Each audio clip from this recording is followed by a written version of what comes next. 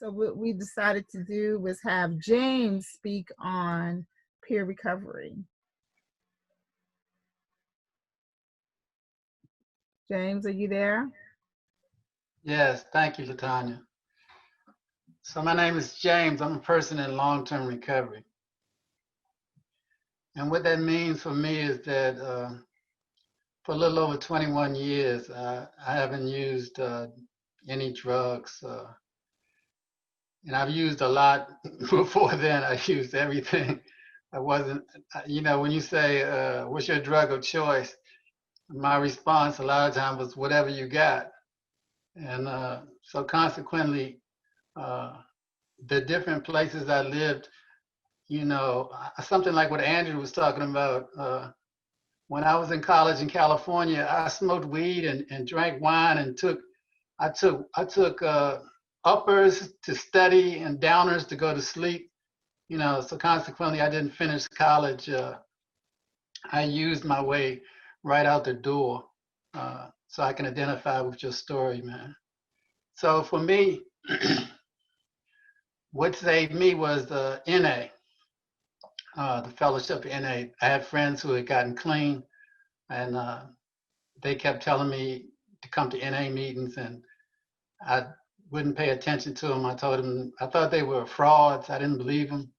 I thought they were faking. I knew they were hustling, right? I knew it was a trick involved, but I didn't believe anybody could get clean because I couldn't. So I'm saying, if I can't get clean, nobody can get clean, right?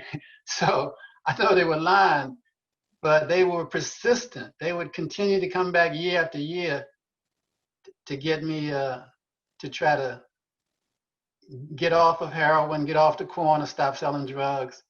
And they finally got me to go into a detox in DC. And I went a couple of times, but I wouldn't stop. And it was a process for me. So it was a process of not believing anything would work to taking a chance on people that I saw it really was working, and some professional help in the detox in DC General. So I was getting information, but I just wasn't using it, right? And what happened when I really hit my bottom, where I was homeless, I was an irresponsible father. I was living in an abandoned building in DC and committing crimes every day, expecting to go to jail or die, any minute. It was like, have you ever seen the cartoons where the dark cloud is raining only on one person? I thought that was me, right? I said, why is it always raining only on me, right? If the sun was shining on everybody but me, right? When I wake up, it's cloudy. It's always gray. There was no color in my day. It was no animation. It was all gray all the time. It was just a sad thing. It was like, this is not good, right? It's like, at the end, I always had that feeling of impending doom. Have y'all ever had a feeling of impending doom where, like, at any minute I'm on the sidewalk and the car's getting ready to hit me? Something bad is getting ready to happen 24/7 in my mind, right? Because I was just what professionals say, my mind was hijacked by the drug. I have a disease that's a brain disease, and it shows up in my behavior. So my brain had been hijacked years and years and years of using heroin every day, cocaine, alcohol, weed. My brain was gone. I was burnt out, right? So when I came to NA this time, June 21st, 1999, is my clean date. And I immediately got into service. I like people anyway. That's what made me a good drug dealer. I don't mind dealing with people. And so when I got into NA this time, I got immediately into service work, helping. I learned the program from doing service work. So that became part of my program of recovery. It would distract me from thinking about me. When I was helping others, I wouldn't be thinking so much about how broke I was, how I don't have clean time, I don't have a girlfriend or car, all those little things that I would focus on that weren't that important. I learned how not to use by being in service. So after being around NA for a while, I went back to school, became an addiction counselor where I could help people and get paid for it, right? So now, now I can do it as I can do a therapeutic job and have a career at the same time, you know, be able to make a living without crime. So when I went into that avenue, I met this lady named Megan Westwood. I got a job. She gave me a job at Avery Road as a case manager. And I think it was my second, it was my second job as a credentialed addiction counselor. I worked in Baltimore and Annapolis and some other areas in Maryland, but this was my first job in Montgomery County, was at Avery Road. And after I'd been there for a while, there had been a movement in Connecticut called CCAR. And Megan became aware of it, and she went up and checked it out. She became a recovery coach, even though she was the director of a program.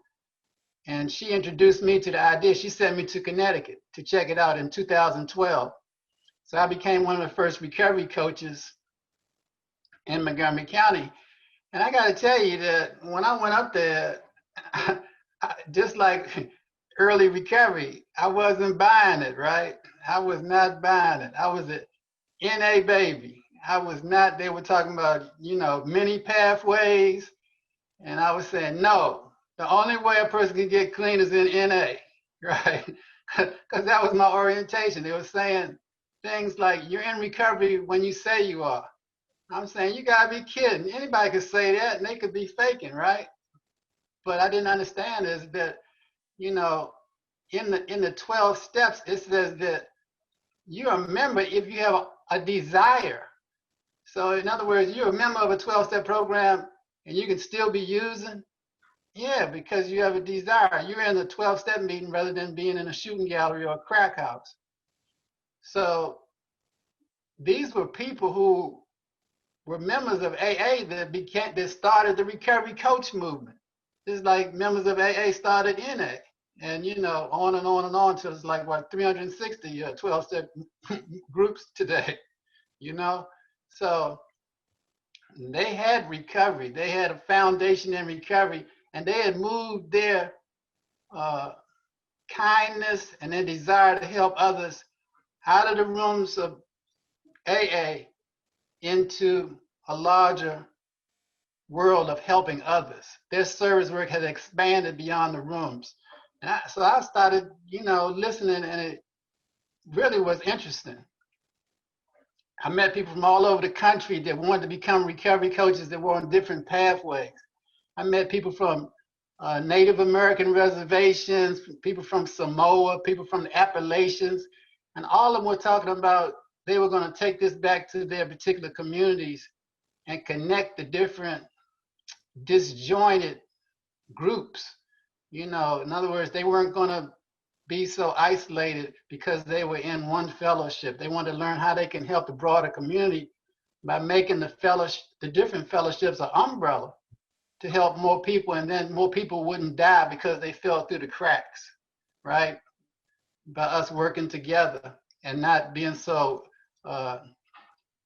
being more inclusive rather than gritting on each other because we're on a different pathway. It's kind of like our theme, finding the suit that fits you.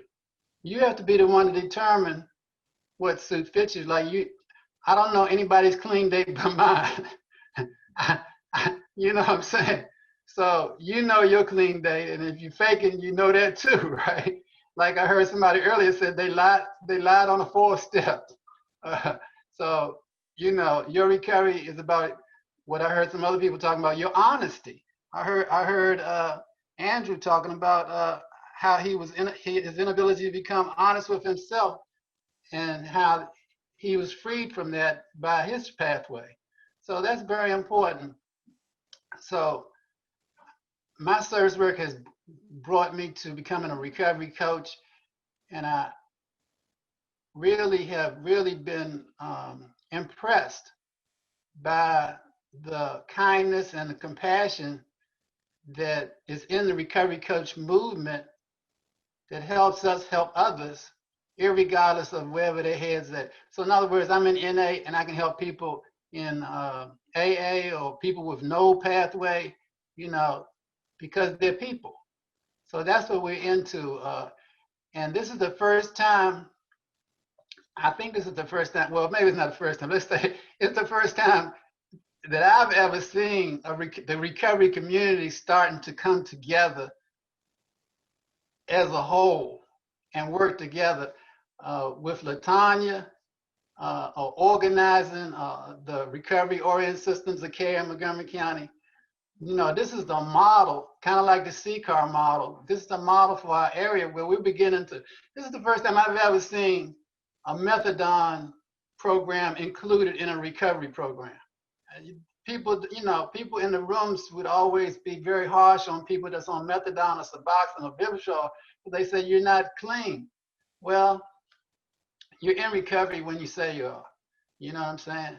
I took methadone for 3 weeks before, you know, in my transition from heroin to abstinence, you know, so it can be a part of your, it can be a stage if you want it to be. But it's part of your process of recovery. And this is what we do as recovery coaches. And we're learning more and more. We have recovery coaches for parents, recovery coaches for, you know, all different challenges that we have in our community. So it's all about becoming a better helper, a better servant. It's all about taking service as far as you can take it. I remember when I was in a religious program early on. I had 5 years cleaning a religious program, and I was working in the restaurant that they owned, and I had to, and it was on 14th Street in DC. It was like, if y'all don't know DC, 14th and Irvin, at night it's filthy, right? It's wine bottles, you might be a dead body or something out there, right? And the guy that ran the restaurant, he would tell me to go outside and hose down the front of the restaurant. And so I would ask him, I would say, like, I didn't want to do but just the little part in front of the restaurant. I didn't want to do the whole, you know, the neighbors, right? And I would ask him, I said, well, how far do you want me to hose? And he said, as far as the hose will reach. And that's what we do. We help as far as we can reach. That's what God gave you. God gave you a hose, there's 3 hoses stuck together, and that's how far you do it, right?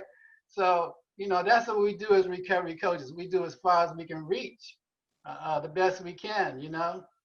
So this is what Tree of Hope is. It's a recovery community organization, just like CCAR is in Connecticut, PROAC in Philly. They're all over the country. People who are in recovery from substance use disorder, running their own program, advocating that we need to have treatment rather than incarceration. You know, we need to have facilities for women with children. We need to have recovery houses. You know, whatever it is that we need, nobody's going to advocate for us but us. You know, that's the bottom line. So if we're quiet, if we're anonymous, we're not going to get nothing. We're going to have to put a face on recovery. And so that's what we do. And somebody was mentioning earlier, Rico Rush, right? And this was the guy that got me clean. And he had like 42, 43 years when he passed this past year. And so he knew about the 12-step movement because he helped develop the 12-step movement in this area. And he came on my TV show. He did not say, I can't go on the show because I'm in a 12-step program.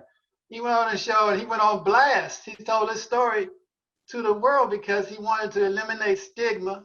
He wanted to show people that we do recover, you know.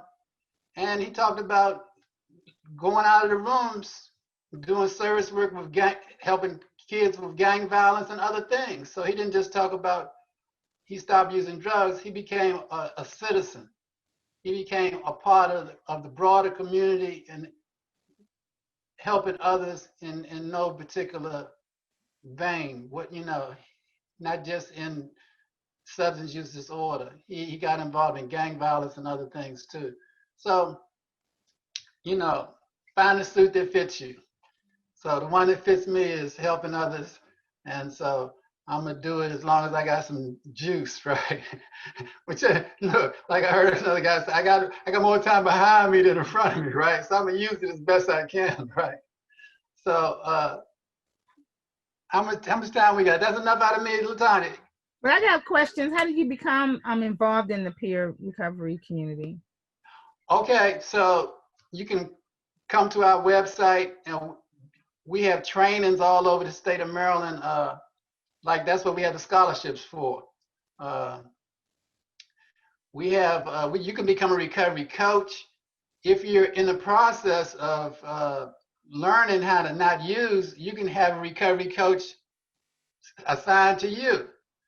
So just like in the 12-step movement, we have sponsors. Well, in the recovery coach movement, we have recovery coaches. And that's a person who can not only support you emotionally and spiritually, but recovery coaches are trained to be resource brokers in your area. So like Bunny is a recovery coach. He knows about Oxford houses. He knows about, who to call to get food stamps. We're just resource brokers, not just somebody that help you through the 12 steps like a sponsor. Sponsor's job is to show you, guide you through the 12 steps. They're not supposed to, their job is not to get you a place and lend you money and stuff like that. Sometimes it happens, but recovery coaches are resource brokers as well as supporting you in your recovery spiritually and emotionally. So Tree of Hope can hook you up with a recovery coach if you're early in recovery or in your active addiction. And then if you want to become a recovery coach, we can train you, and then if you really want to go to the point where it can be a career and you can become a certified peer specialist, because since we've been doing this, I think Megan might have gone to get hers in maybe 2011. Since then, the state of Maryland sees how valuable peers are in the recovery world. So now you can get a certification and get paid for doing recovery coach work. And they need you everywhere. It's more jobs in some areas like Baltimore. It's more jobs than people to fill the jobs, And the same is going to happen in Montgomery County and other places, because we're a valuable resource. If you've ever been in treatment, you remember you didn't want to go in the first place. So you're very resistant when you're sitting in the Avery Rose lobby. So who better than have somebody who used to sit in the Avery Rose lobby come and greet you and ask you if you want some breakfast. How you doing? You feeling all right? So because we've done that, we've been there, we've walked in those shoes, we're the best personnel to be there to greet somebody or be in the emergency room or the shelter or the jail. We're the best labor force to perform that role. And society recognizes it. So John Hopkins is hiring peer specialists, treatment centers, jails all over the country, see that this is a valuable asset to their workforce. So we can train you to get certified. And Latanya is a supervisor. Bunny is a supervisor. I'm a supervisor. So we can guide you from active addiction all the way through to having a job at the end. We can guide you through that whole process. So all you have to do is stay with us on the website, and we can tell you what you have to do at each point in order to go farther to become certified if that's your desire. Does that answer your question? Yes, sir. All righty. Is there a clean time requirement to become involved? Good question. Okay, so I've had people that we went into Avery Road on a Saturday and told them about, just what I just was talking about, becoming a recovery coach. And when they got released, they just so happened our training was the next month. So they didn't even have a month clean. And they started the process because it may take a year for you to finish the classes and, do the other requirements to get your certification. So for most agencies, they require a certain amount of clean time, but each agency has their own, requirement. It might be a year in one place and 2 years in another of clean time, because that's based on the agency. There's no criteria to take the classes. You know what I mean? And what happens is a lot of times while you're taking the classes, you're engaged in something that's a recovery activity that's going to distract you from using. So really, it will, really help you get a year, to get busy doing something positive. You know what I mean? Can a recovery coach help a person get a sponsor? Not really. I mean, recovery coach is a recovery coach. If you want a sponsor, go to a 12-step meeting, or like venues like this. Venues like this give you a taste of different pathways so that you can see what you really need based on who you are today. And you can always, like I heard somebody else say, they went to 12 steps and then they did something else. So you can try different shoes, see what fits you. And what works in 5 years may work, something else may be working in 10 years. You may add on to your program, like, I have my faith, I have 12-step. I've taken Tai Chi. I do guided meditation. Anything that's going to help me be sane and better. I'm gonna keep adding whatever helps me get better, helps me have more peace. I'm gonna do it. It's just helping you be a better person. You can do all those things, and it doesn't have to you only do one thing. Whatever helps you increase your quality of life, go for it, right? Like I used to always tell the guys in the jail, do whatever helps you more, and whatever mess you up, do it less. Keep it simple. You know what I'm saying? If it mess you up, try not to do that one. Do stuff that helps you, right? More. Come on, Bunny. Yeah, I had just recently I had a situation where that question Latanya asked, we can point you in the right direction and put you in touch with people in whatever pathway that for sponsorship you might want to. We can. What I did was I contacted another recovery coach that was in the area where the gentleman left the treatment center. He was leaving, and I gave him the number and I gave that recovery coach the number where he was going down in a different part of Maryland, like near Clinton, and he contacted him for 12-step recovery. And then by going to the meetings, and I was thinking that he might sponsor himself, but he was able to be a resource and help him connect with another gentleman in the fellowship that we all know too. Is by the way, you know him too, Paul, and that became his sponsor. So in that way, as a resource is what we do, and also as a resource broker is one of the major roles of a recovery coach. To help them connect them with the resources and whatever pathway they want to go in their recovery. So yeah, we can connect the dots. We might not be able to actually formalize and make somebody or get them their actual sponsor, but we can put them in position to get a sponsor. Right, exactly. Yeah, that's what I was thinking, that when I'm in my recovery coach role, I'm not in my 12-step role. If I was in a 12-step meeting and somebody asked me to give them a sponsor, I could easily put somebody direct. But when I'm in a recovery coach hat, I'm a recovery coach, so I'm gonna do that in a broader way, to be more just, not have role confusion. Right, absolutely, yeah. You know, same way when I'm a counselor, I got to be a counselor. When I'm in a 12 step, I'm 12 step. When I'm a recovery coach, I'm a recovery coach, you know.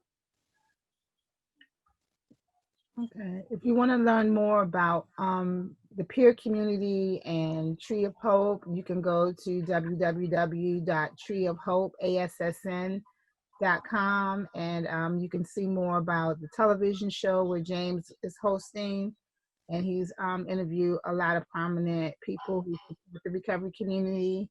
Also, we have a podcast that is both in Spanish and in English.